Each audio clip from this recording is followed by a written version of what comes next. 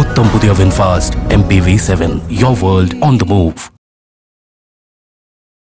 Welcome to IPS finance சம்பந்தமான முக்கியமான செய்திகள் எல்லாமே ஐபிஎஸ் ஃபினான்ஸ் வாட்ஸ்அப் குரூப்பில் தொடர்ந்து போட்டுக்கிட்டு இருக்கோம். நிச்சயம் அந்த சேனல் ஜாயின் பண்ணுங்க. லிங்க் டிஸ்கிரிப்ஷன்லேயும் முதல் கமெண்ட்லேயும் கொடுக்குறோம். சரி, இன்னைக்கு மார்க்கெட்டை பார்த்துடலாம். என்எஸ்சியை பொறுத்த வரைக்கும் நிஃப்டி 264 புள்ளிகள் ஏற்றத்தோட 24,250 முடிஞ்சிருக்கு. ஆனால் இன்னைக்கு கடையில் மார்க்கெட் ஓப்பன் ஆனதுன்னு பார்க்குறப்ப 24,176, ஹை 24,283, லோ பார்க்குறப்ப 24,136. இன்னைக்கு என்எஸ்சியில் ட்ரேட் ஆன மொத்த ஸ்டாக்ஸ் 3,441, அதில் அட்வான்ஸ் 2,129, டிக்ளைன் 1,181, அன்சேஞ்சு 131, அப்பர் சர்க்கியூட்டை ஹிட் பண்ண stocks 99, lower circuit 76, 52 week high 77, low 40. BSE சென்செக்ஸை பொறுத்த வரைக்கும் 888 ஏற்றத்தோட 77,654 முடிவடைஞ்சிருக்கு. கமாடிட்டி மார்க்கெட் எம்சிஎக்ஸ் சந்தையை பொறுத்த வரைக்கும் க்ரூட் ஆயில் 4.33% ஏற்றத்தோட 7,932 ட்ரேட் ஆகிட்டு இருக்கு. கோல்டை பொறுத்த வரைக்கும் 0.01, பெரிய வித்தியாசமே இல்லை, 1,41,607 ட்ரேட் ஆகிட்டு இருக்கு. சில்வர் 0.42% ஏற்றத்தோட 2,16,743 ட்ரேட் ஆகிட்டு இருக்கு. வாங்க நம்ம பொருளாதார விமர்சகர் நாகப்பன் சார்ட்ட டீட்டெயிலா பேசுவோம். சார் வணக்கம். வணக்கம் சிபி. எஸ் சார், இன்னைக்கு மார்க்கெட் காலையில இருந்தே ஒரு சீரான ஏற்றம் தான். அட்வான்ஸ் அதிகம், அப்பர் சர்க்கியூட் அதிகம், 52 வீக் ஹை அதிகம், எல்லாமே அதிகம். ஆனா பெரிய பாசிட்டிவான செய்திகள் எதையும் பார்க்க முடியல. அப்படி இருக்கும் பொழுது எப்படி சார் எல்லாமே அதிகமா வந்தது? இன்ஃபேக்ட் நீங்க சொன்னது கரெக்ட். இன்னைக்கு நெகட்டிவ் நியூஸ் 1-2 இருந்தது. க்ரூட் பாத்தீங்கன்னா இறங்கிட்டு இருந்தது, இன்னைக்கு ஒரு 4-5% ஏறி இருக்கு. $83 தாண்டி இருக்கு. பிரெண்ட் 88 தாண்டி 90 நோக்கி போய்கிட்டு இருக்கு.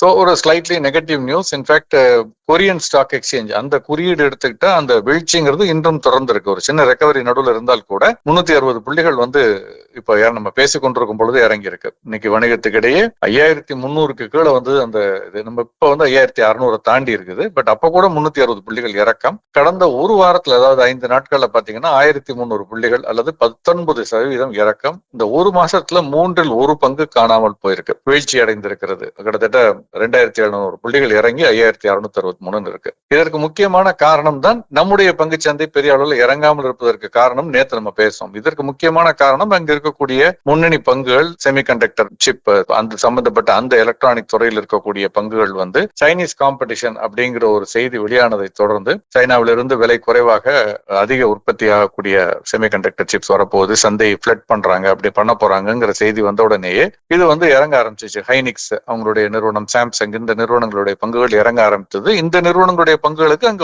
அந்த குறியீட்டுல அதிக அளவுல வெயிட்டேஜ். சோ ஒரு பக்கம் கச்சா எண்ணெயுடைய விலை சின்ன ஏற்றம், இன்னொரு பக்கம் கொரிய பங்கு சந்தை இறங்கி இருக்குங்கிற 2 நெகட்டிவ் நியூஸோட தான் இன்னைக்கு சந்தை துவங்கியது. இருந்தால் கூட சர்வதேச சந்தைகள்லாம் பாத்தீங்கன்னா பாசிட்டிவா தான் இருந்தது. ஜப்பானிய பங்குச்சந்தை ஏற்றத்துல 300 புள்ளிகள் ஏறி இருக்குது. அதே மாதிரி ஆசிய ஐரோப்பிய பங்குச்சந்தைகள், ஷாங்காயில இருந்து, ஆஸ்திரேலியன் ஸ்டாக் எக்ஸ்சேஞ்சில இருந்து எல்லாமே இன்னைக்கு ஏற்றத்துல. ஐரோப்பிய பங்குச்சந்தைகள் ஒரு மிக்சட் பேக், 1-2 ஏறி இருக்கு. பட் எதுவுமே சிக்னிபிகண்டான ஃபாலோ, ரேலியோ இல்லை. காரணம் என்னன்னா, போர் சம்பந்தமாக மிகப்பெரிய செய்திகள் எதுவும் இல்லை, நெகட்டிவான செய்திகள் எதுவும் இல்லைங்கிறது ஒரு பக்கம். இந்திய பங்குச்சந்தையை பொறுத்தவரை தொடர்ந்து கடந்த வாரம் துவங்கி சர்வதேச சந்தைகளில் பெரிய மூவ்மெண்ட் இல்லாத, அதை தவிர்த்து பார்க்கும் பொழுது காலாண்டு முடிவுகளை பொறுத்து அந்த பங்குகளுடைய முடிவுகள் விலையேற்ற இறக்கம் இருந்தது. அந்த பங்குகள் குறியீட்டில் முக்கிய அங்கம் வகித்தால் அதற்கு தக்க அந்த குறியீட்டினுடைய ஏற்ற இறக்கம்ங்கிறது இருந்ததை நம்ம தொடர்ந்து பார்த்துக்கிட்டு இருந்தோம். அதுதான் இன்னைக்கு நடந்திருக்கு. இந்த ட்ரெண்ட் பாசிட்டிவா இருக்குங்கிறத கடந்த ஒரு வாரமாவே நம்ம பார்த்துக்கிட்டு இருந்தோம். அட்வான்ஸ் அதிகமா இருந்தது பெரும்பாலான நாட்கள்ல. டிக்ளைனை விட பிராடர் மார்க்கெட்ல செக்டோரல் இண்டிசஸ் எல்லாம் பெட்டரா இருந்ததை நம்ம பார்த்தோம். சோ குறியீடு இறங்கின அன்னைக்கு கூட அந்த ட்ரெண்டை நம்மளால பார்க்க முடியும். முன்னணி குறியீடுகளான நிப்டி, சென்செக்ஸ் இறங்கினப்ப கூட நம்ம இந்த பிராடர் மார்க்கெட் ஏறி இருந்தது நம்மளால பார்க்க முடிந்தது. அந்த வலுவான நிலையில தான் இன்னைக்கு இந்த 24,250 அப்படின்னு அதை தொட்டிருக்கு. ஒரு ரெசிஸ்டன்ஸ் லெவல். ஃபர்ஸ்ட் அதை தொட்டு இருக்கிறது, அதை தாண்ட முடியல. நாளை அதை தாண்டினால் 24,450 அப்படிங்கிற ஒரு அளவுக்கு அது போறதுக்கான வாய்ப்புகள் அதிகம் இருக்கு. பார்க்கலாம். இன்னைக்கு பாக்குறப்ப அதானி என்டர்பிரைசஸ், அதானி போர்ட்ஸ் இதோட Q1 ரிசல்ட் எல்லாமே வந்திருக்கு. அதானி என்டர்பிரைசஸ் நஷ்டம் காட்டியுமே ஏறி இருக்கு, அதானி போர்ட்ஸ் லாபம் காட்டியுமே சரிஞ்சிருக்கு. பங்குச்சந்தையில ஒரு வினோதமா இருக்கு சார் இது எப்பயுமே. இது நிச்சயமா இதை புரிந்து கொள்வது கொஞ்சம் கஷ்டம். பட் ஆனால் கொஞ்சம் இன்டெப்தா பார்த்தா ஒரு சில விஷயங்கள் புரியும். எல்லாத்துக்கும் ஷார்ட் டேர்ம்ல எல்லாத்துக்கும் விளக்கம் கிடைக்காது. ஓகே, சில விஷயங்களுக்கு கிடைக்கும். இப்ப அதானி என்டர்பிரைசஸ் எடுத்துக்கிட்டா லாஸ் 2644 கோடி. லாஸ் வந்து இதை விட அதிகம். பட் அது வந்து என்ன காரணம் அப்படின்னு பாத்தீங்கன்னா, ஒரு ஒன் டைம் செட்டில்மெண்ட் ஒன்று கொடுத்திருக்காங்க. கன்சாலிடேட்டட் நெட் லாஸ் இந்த முதல் காலண்ட்ல பார்த்தா 1160 கோடி. சென்ற ஆண்டு இதே காலகட்டத்தில் 885 கோடி லாபம். 885 கோடி லாபத்திலிருந்து 1160 கோடி நிகர நஷ்டத்துக்கு வந்திருக்கு. இதற்கு காரணம் நான் அந்த முதல்ல சொன்ன 2644 கோடி ஒன் டைம் லாஸ், ஒரே ஒரு தடவை வரக்கூடிய நஷ்டம். அந்த நஷ்டம் எதனால வந்துச்சுன்னு கேட்டீங்கன்னா, நம்ம இதை பத்தி கடந்த சில நாட்களுக்கு முன்பு பேசினோம். அமெரிக்காவில் அங்க நடந்து கொண்டு இருக்கக்கூடிய ஒரு விஷயத்துக்கு ஒரு செட்டில்மெண்ட், அதன் காரணமாக அவங்க பே பண்ணிருக்க amount US office of foreign assets control, OFACன்னு சொல்லுவாங்க யூஎஸ்ல, office of foreign assets control அப்படின்னு. இது பல ஆண்டுகளாக இருந்து வரக்கூடியது. அங்கு வந்து அந்த அமெரிக்க நாட்டை பொருளாதார ரீதியாக அங்கு எந்த விதமான தாக்குதலும் ஏற்படாமல், அங்கு ஃப்ராட் எல்லாம் இல்லாமல் பாதுகாப்பதற்கு கிட்டத்தட்ட நம்ம என்போர்ஸ்மெண்ட் டைரக்டரேட்டும் intelligence wing and income tax department இதெல்லாம் ஒருங்கிணைந்த ஒரு துறை மாதிரி வச்சுக்கோங்களேன். அந்த மாதிரியான ஒரு துறை. அவர்கள் எடுத்த நடவடிக்கையின் காரணமாக அதற்கு 2644 கோடி ரூபாய் ஒரு இது கட்ட வேண்டி இருந்ததுனால புக் பண்ணிருக்காங்க. அது ஒரு ஒன் டைம் லாஸ் தான். அதை ரிமூவ் பண்ணிட்டு பாத்தீங்கன்னா இந்த 1160 கோடி லாஸ்க்கு விட ப்ராஃபிட் தான் இருக்கும். ஸோ இதை வந்து சந்தை புரிந்து கொண்டிருக்கிறது. நீங்க அந்த ரெவென்யூ ஃப்ரம் ஆபரேஷன் பார்த்தா 50% ஏறி இருக்கு இயர் ஆன் இயர். 32,924 கோடி ஆயிருக்கு. போன ஆண்டு 21,961 கோடி தான். அதே மாதிரி இபிட்டாவும் 17% ஏறி இருக்கு, 5007 கோடி. போன வருஷம் 4,262 கோடி. ஸோ மார்ஜின் கொஞ்சம் குறைஞ்சிருக்கு. 19% இருந்தது இபிட்டா மார்ஜின், இப்ப 15% குறைஞ்சிருக்கு.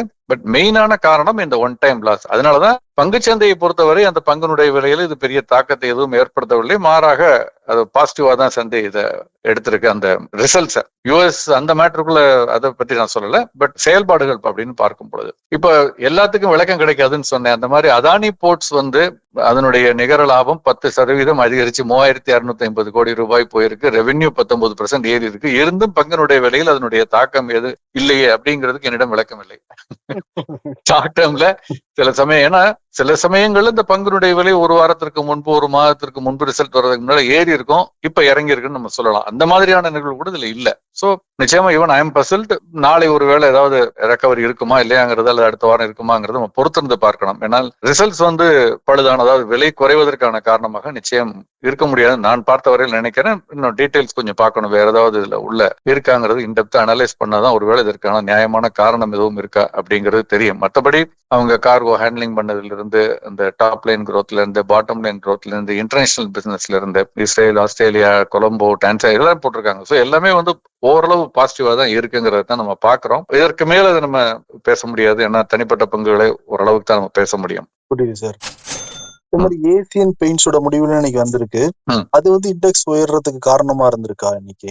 அப்கோர்ஸ் இண்டெக்ஸ்ல அது இருக்கிறதுனால அதனுடைய தாக்கம் நிச்சயம் இல்லாமல் இருக்காது. ஏசியன் பெயிண்ட்ஸ் பங்கினுடைய இது வந்து இன்னைக்கு நிப்டியில இருக்குது. நிப்டியில பாசிட்டிவா தான் அதனுடைய தாக்கம் இருக்கு. இந்த பங்கினுடைய விலை இன்னைக்கு வணிகத்துக்கு இடையே ஏறி இருக்கு அப்படிங்கறத நம்ம பாக்குறோம். ஒரு 1% கிட்ட கிட்டத்தட்ட அதனுடைய முடிவுகள் வந்து. ஆனால் அது மட்டும் காரணம் இல்லை. பங்குச்சந்தை இன்னைக்கு பிராட் பேஸ் ரேலின்னு தான் சொல்லுவேன். ஏசியன் பெயிண்ட்ஸை பொறுத்த வரைக்கும் 40% கன்சாலிடேட்டட் ப்ராஃபிட் வந்து ரைஸ் ஆயிருக்கு. 1539 கோடி அப்படின்னு சொல்லியிருக்காங்க. இது ரொம்ப ஆச்சரியமான ஒரு விஷயம். என்னன்னா அவங்களுடைய அப்கோர்ஸ் ரெவென்யூ ஃப்ரம் ஆபரேஷன்ஸும் 18% அதிகரிச்சிருக்கு. 10,500 கோடின்னு 8,939 கோடியா இருந்தது. பட் முக்கியமா அவங்களுக்கு வந்து காஸ்ட் அதிகரிச்சிருக்கு. இந்த போர் காரணமாக அவங்களுடைய ரா மெட்டீரியல்ஸ் உள்ளிட்ட பொருட்களுடைய விலை அதிகரிச்சிருக்கு. அதை தாண்டியும் அவர்கள் வந்து இந்த அளவுக்கு ஒரு ப்ராஃபிட் போஸ்ட் பண்ணியிருக்காங்க அப்படிங்கிறது வந்து கொஞ்சம் பாசிட்டிவான ஒரு விஷயம் தான். ஏன்னா மெட்டீரியல் காஸ்ட் மட்டும் 36% அதிகரிச்சிருக்கு இந்த நிறுவனம் சொல்லி இருக்குது. அதனால அதனுடைய தாக்கம் குறியீட்டுல இருந்தது. அது போக விப்ரோ இது அகைன் இது ஒரு இதுதான் குவார்டர்லி நெட் ப்ராஃபிட் 2,865 கோடி. இது வந்து சென்ற ஆண்டு ஜூனை விட 22.5% குறைவு. அதே மாதிரி நெட் சேல்ஸ் பாத்தீங்கன்னா வந்து 17,195 கோடியா சென்ற ஆண்டு இருந்தது. இதே காலாண்டுல 18,418 கோடி அதிகரிச்சிருக்கு. பட் லாபம் குறைஞ்சிருக்கு. சேல்ஸ் அதிகரிச்சிருக்கு, லாபம் குறைஞ்சிருக்கு அப்படிங்கறத இதுல பாக்குறோம். சோ செயல்பாடுகள் பெரிய அளவுல இல்லை. இது ஓரளவு இன் லைன் வித் மார்க்கெட். இது இன்னொரு முக்கியமான V-Guard இண்டஸ்ட்ரீஸ் வந்திருக்கு. நிறைய முடிவுகள் வெளிவந்திருக்கிறது. குறிப்பாக ஹனிவெல் ஆட்டோமேஷன் அப்படிங்கிற நிறுவனத்துடைய முடிவுகள் வெளியானது. 21% year on year profit after tax அதிகரிச்சிருக்குன்னு செய்திகள் வெளியானதை தொடர்ந்து இந்த பங்கினுடைய விலை இன்னைக்கு வணிகத்துக்கு இடையே 10% மேல ஏறிச்சு. 4000 ரூபாய் கிட்டத்தட்ட ஏறி இருந்தது நம்ம பார்த்தோம். அதுக்கப்புறம் முடிவடையும் பொழுது 7% ஏற்றத்துல தான் முடிவடைஞ்சிருக்கு அப்படின்னு பார்த்தோம். இன்னொன்னு கால்கேட் பாமாலிவுடைய நிகர லாபம் 7% இயர் ஆன் இயர் அதிகரிச்சிருக்கு. Vedanta oil, Bajaj housing finance எல்லாமே முடிவுகள் வந்திருக்கு. இதெல்லாமே நீங்க பிஎஸ்சி என்எஸ்சி இணையதளத்துல பார்க்கலாம். ஐபிஓ நியூஸ் நம்ம பெருசா பேசுறது கிடையாது. ஆமா, இருந்தா கூட sir lotus petal charitable foundation அப்படிங்கிறவங்க ஐபிஓல வராங்களாமே. அதுலயும் அவங்க வந்து இசட்பி பாண்ட்ஸ் அப்படின்லாம் சொல்றாங்க. ஆமா, சோசியல் ஸ்டாக் எக்ஸ்சேஞ்ச் அப்படின்லாம் சொல்றாங்க. அப்படின்னா என்ன சார்? சேரிட்டபிள் ஃபவுண்டேஷன்லாம் ஐபிஓல வரலாமா?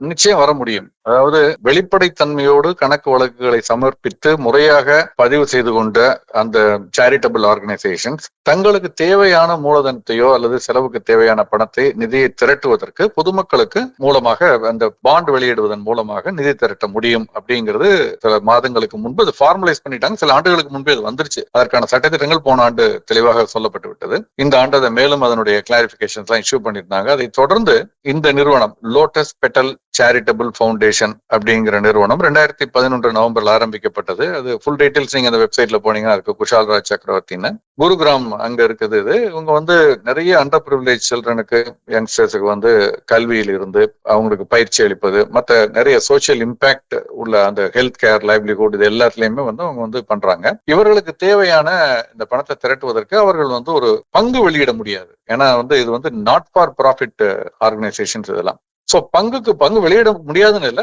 பங்கு வெளியிடுவதை விட இவர்கள் வந்து ஜீரோ கூப்பன் ஜீரோ பிரின்சிபல் பாண்டுன்னு வெளியிடுறாங்க. அதுதான் இசட்பி. இசட்னா ஜீரோ கூப்பன் அப்படின்னா வட்டி எதுவும் கிடையாது. கூப்பன் ரேட்னு சொல்றது, கூப்பன் ரேட் எதுவும் கிடையாது, வட்டி கிடையாது, இதுக்கு எதுவும் வருமானம் வராது. ஜீரோ பிரின்சிபல், அதாவது இதனுடைய முதிர்வுல, அதாவது இந்த பிரின்சிபல் நமக்கு திரும்ப கிடைக்காது, நம்ம கொடுக்குற பணம் நமக்கு திரும்ப கிடைக்காது, அதன் மீது எந்த வருமானமும் இல்லை. அந்த மாதிரியான ஒரு இன்ஸ்ட்ருமெண்ட் அவர்கள் வெளியிடுகிறார்கள். அது கிட்டத்தட்ட டொனேஷன் மாதிரி வச்சுக்கோங்களேன். ஆனால் இது ஒரு ஃபார்மலைஸ்டு ஸ்ட்ரக்சர்ல இதை பண்றாங்க. இது வந்து பிற்காலத்துல பங்குச் சந்தையில் பட்டியலிடப்பட்டு வணிகமாகும். நம்ம இப்ப கொடுக்க முடியலையே அப்படின்னு நினைக்கிறோம், பின்னால எக்ஸிட் ரூட் வேணும்னா அதை வந்து நம்ம பட்டியலிடப்படும் இருக்கு, படாமலும் இருக்கு, ரெண்டும் இருக்கு. அந்த மாதிரியானதும் வருது. சோ நம்ம இது பண்ணலாம். இதனுடைய இந்த பாண்ட் வெளியீடு வந்து ஏற்கனவே துவங்கிருச்சு. ஜூலை 20 துவங்கி விட்டது. ஜூலை 31 நாளை மறுநாள் வந்து முடிவடைகிறது. ஒரு யூனிட் விலை ₹1. அதை நீங்க வந்து விண்ணப்பிக்கலாம். உங்களுடைய பங்கு தரகர் யாரோ அவரை அணுகி நீங்க கேட்டீங்கன்னா அங்க வந்து நீங்க வந்து அதுல நீங்க வந்து இது பண்ண முடியும். ஒன்னும் ப்ராப்ளம் இல்லை. மெயினா இதுல நீங்க கவனிக்க வேண்டியது என்ன அப்படின்னா, இது எங்கு பட்டியலிடப்படும் அப்படின்னா சோசியல் ஸ்டாக் எக்ஸ்சேஞ்ச் அப்படின்னு சொல்லி ஒண்ணு. அப்ப இது தனி ஸ்டாக் எக்ஸ்சேஞ்ச்னா இல்ல, பேர்ல அதை வந்து சோசியல் ஸ்டாக் எக்ஸ்சேஞ்ச் சொல்றமே தவிர அது ஒரு தனி பிளாட்ஃபார்ம், சோசியல் என்டர்பிரைசஸுக்கான ஒரு பிளாட்ஃபார்ம். அவர்களுடைய பங்குகளோ இந்த பத்திரங்களோ, கடன் பத்திரங்கள் சொல்ல முடியாது, இந்த ஜீரோ கூப்பன் பாண்ட்ஸோ வணிகமாவதற்கு ஒரு லிக்விடிட்டி கிரியேட் பண்றதுக்கு வெளியிடப்பட்டிருக்கக்கூடிய ஒரு, அது வசதி செய்து தரக்கூடிய ஒரு பிளாட்ஃபார்ம். இது பிஎஸ்சி என்எஸ்சி ரெண்டு பேருமே பண்றாங்க. இந்த இது வந்து பாம்பே ஸ்டாக் எக்ஸ்சேஞ்ச், மும்பை பங்குச்சந்தையினுடைய சோசியல் ஸ்டாக் எக்ஸ்சேஞ்ச் பிளாட்ஃபார்ம் மூலமாக இது வந்து வெளிவருகிறது. நல்ல விஷயங்கள் செய்யணும்னு நினைக்கிறவங்க இது மூலமாக விண்ணப்பித்து அதுல பங்கு பெறலாம். நம்ம நார்மலாவே வந்து சேரிட்டிக்கு கொடுக்குறோம், எல்லாம் பண்றோம். பட் இது வந்து என்னன்னா இன்னும் கூட வெளிப்படைத்தன்மையோடு, ஏன்னா இவர்கள் சில சட்டத்திட்டங்களுக்கு உட்பட்டு இயங்க வேண்டி வருகிறது. வருமான வரி சட்டம், இன்கம் டேக்ஸ் டிபார்ட்மெண்ட் ஒரு பக்கம், இன்னொரு பக்கம் ரெஜிஸ்ட்ரார் ஆஃப் சொசைட்டிஸ் ஒரு பக்கம், இதெல்லாம் இருக்குது. அல்லது கம்பெனிஸ் ஆக்ட் செக்ஷன் 8, செக்ஷன் 25 கம்பெனின்னு சொல்லுவோம் இல்லையா, பழைய ஆக்ட் புது ஆக்ட் படி. அது நாட் ஃபார் ப்ராஃபிட் கம்பெனிஸ் இருந்தா அவர் ஆர்ஓசி ரெஜிஸ்ட்ரார் ஆஃப் கம்பெனிஸ் கீழே வரும், இன்கம் டேக்ஸ் டிபார்ட்மெண்ட் கீழே வரும், வருமான வரி சம்பந்தப்பட்டதெல்லாம். அதை தாண்டி மூன்றாவதாக வெளிப்படைத்தன்மையோடு இந்த பங்கு சந்தைன்னு சொல்ல முடியுமா, இதற்கான இணையான எனக்கு வார்த்தை தெரியல, சோசியல் ஸ்டாக் எக்ஸ்சேஞ்சில் வந்து பட்டியலிடப்பட்டு வணிகப்படுவது. அவர்கள் அந்த கணக்கு வழக்குகளை முறையாக பீரியாடிக்கலா அங்கு சமர்ப்பிக்க வேண்டும். அது பொதுவெளிக்கு வரும். அதுல நீங்க கேள்விகள் கேட்கலாம். அந்த மாதிரியான ஒரு இதோடு இருக்கிறதுனால நம்பகத்தன்மையோடு நிறைய பேர் இதுல வந்து இனிமேல் பணம் கொடுப்பார்கள் என்ற நம்பிக்கை. அண்ட் மெயினா இவங்க எல்லாம் கான்சன்ட்ரேட் பண்றது என்னன்னா இம்பாக்ட் ஃபைனான்ஸ்னு சொல்றது, இம்பாக்ட் பாண்டுன்னு சொல்றது. அதாவது நான் பணத்தை கொடுத்துட்டு சேரிட்டி பண்ணிட்டேன், அது வந்து ஏதோ ஒன்று பண்றாங்கன்னு இல்லாமல் அதனுடைய அவுட்புட் என்ன, அதனுடைய இம்பாக்ட் என்ன அப்படிங்கிறதுலாம் மெஷரபிளா இருக்கும். இந்த நிறுவனங்கள் எல்லாம் சப்ஜெக்ட் டு சோசியல் ஆடிட். இதற்கான படிப்பு படித்து சர்டிஃபைடு சோசியல் ஆடிட்டர்ஸ் இருக்காங்க, சார்ட்டர்ட் அக்கௌண்டன்ட் மாதிரி. அவங்க சோசியல் ஆடிட்டர்ஸ், அவங்க ஆடிட் பண்ணி சர்டிஃபை பண்ணுவாங்க. இவ்வளவு பணம் திரட்டப்பட்டது, இதற்கு பயன்படுத்தப்பட்டது, அதன் மூலமாக இவ்வளவு பேர் பலன் பெற்றார்கள், அந்த பலன் வெறுமனை படிச்சுட்டு வந்தாங்கன்னு இல்லாம இவ்வளவு பேர் வேலைக்கு போனாங்க, அல்லது இவ்வளவு பேர் வந்து இந்த ஸ்கில்ல கத்துக்கிட்டாங்க, அதன் மூலமாக அவர்களுக்கு பலன் இருந்தது. இந்த மாதிரியான மெஷரபிள் மெட்ரிக்ஸ் சொல்றது, அதன் மூலமாக வரக்கூடியது. ரொம்ப புதுமையா, உலக அளவிலே இது புதுமையான கான்செப்ட். கடந்த ஒரு 10 ஆண்டுகளாக பேசப்பட்டு வரக்கூடியது. இப்ப இந்தியாவில் இது ஸ்லோவா பிக்கப் ஆக ஆரம்பிச்சிருக்கு. நல்ல விஷயம் என்னன்னா பல நல்ல சேரிட்டபிள் ஆர்கனைசேஷன்ஸ் பெரிய அளவுல நிதி திரட்ட முடியாமல் இருக்கக்கூடிய ஒரு சூழல்ல இந்த பிளாட்ஃபார்ம் அவர்களுக்கு பெரிய அளவுல இது வந்து ஒரு உதவியா இருக்கும்னு நான் நம்புறேன். Super sir. இன்னைக்கு வந்து பங்குச்சந்தையில் ஆரம்பிச்சு சோசியல் ஸ்டாக் எக்ஸ்சேஞ்ச் வரைக்கும் நிறைய விஷயங்கள் வந்து பகிர்ந்துக்கிட்டீங்க. எல்லாமே புதுசா இருந்தது. நேரம் கொடுத்து பேசுனதுக்கு ரொம்ப நன்றி சார். நன்றி. புத்தம் புதிய VinFast MPV7, your world on the move.